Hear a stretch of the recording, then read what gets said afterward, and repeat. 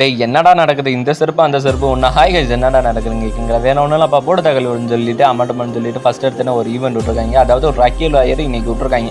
நேற்று தான் இன்னும் ஒரு ஈவெண்ட் காசு கொடுக்குற மாதிரி விட்டாங்க. இன்றைக்கி ஒரு ஈவெண்ட் காசு கொடுக்குற மாதிரி அமௌண்ட்மெண்ட் சொல்லிட்டு விட்டாங்க. ஃபஸ்ட்டு நம்மளுக்கு விழுந்தது 76 லக்கி விழுந்துச்சு. அது 76 வச்சு நான் என்னடா பண்ண போகிறேன் அது மாதிரி தான் இருந்துச்சு. போட தகவல்னு சொல்லிட்டு ஃபஸ்ட் எடுத்துன்னு பார்த்தீங்கன்னா ஒரு மெயில் பண்ண நம்மளுக்கு அமௌண்ட்மெண்ட் சொல்லிட்டு விழுவுற மாதிரி இருந்துச்சு. அப்புறம் அடிஷ்னலாக அமௌண்ட்மெண்ட் சொல்லிட்டு கொடுப்பாங்களா அதில் ஒரு க்ளோவாலும் ஒரு சட்டை அது 2 தான் வந்த அளவு ஒருத்தர். அதுக்கப்புறம் எதுவும் இல்லை. அதுக்கப்புறம் ஒரு எமௌண்ட்டு அதுக்கப்புறம் ஒரு தொப்பி வர கொடுத்துருக்காங்க. அது வந்து 143 டைமண்ட் ரிப்போர்ட் தகவல்னு சொல்லி நம்மளுக்கு கொடுத்த பண்டலை தொட்டு பார்த்தீங்கன்னா அமௌண்ட்மெண்ட் சொல்லி ஃபுல்லாக போட்டால் அந்த அளவு நல்லா தாங்க இருக்குது. அதுக்கப்புறம் தனித்தனியாக போட்டிங்கன்னா எதுக்கடா போடுறோம் அது மாதிரி தான் இருந்துச்சு. அந்த ஃபேண்ட்டு மட்டும் தனியாக போட்டால் அந்த நாடா மாதிரி தொங்குது எதுக்கடா அதெல்லாம் தொங்க விடுறீங்க அது மாதிரி தான் இருந்துச்சு.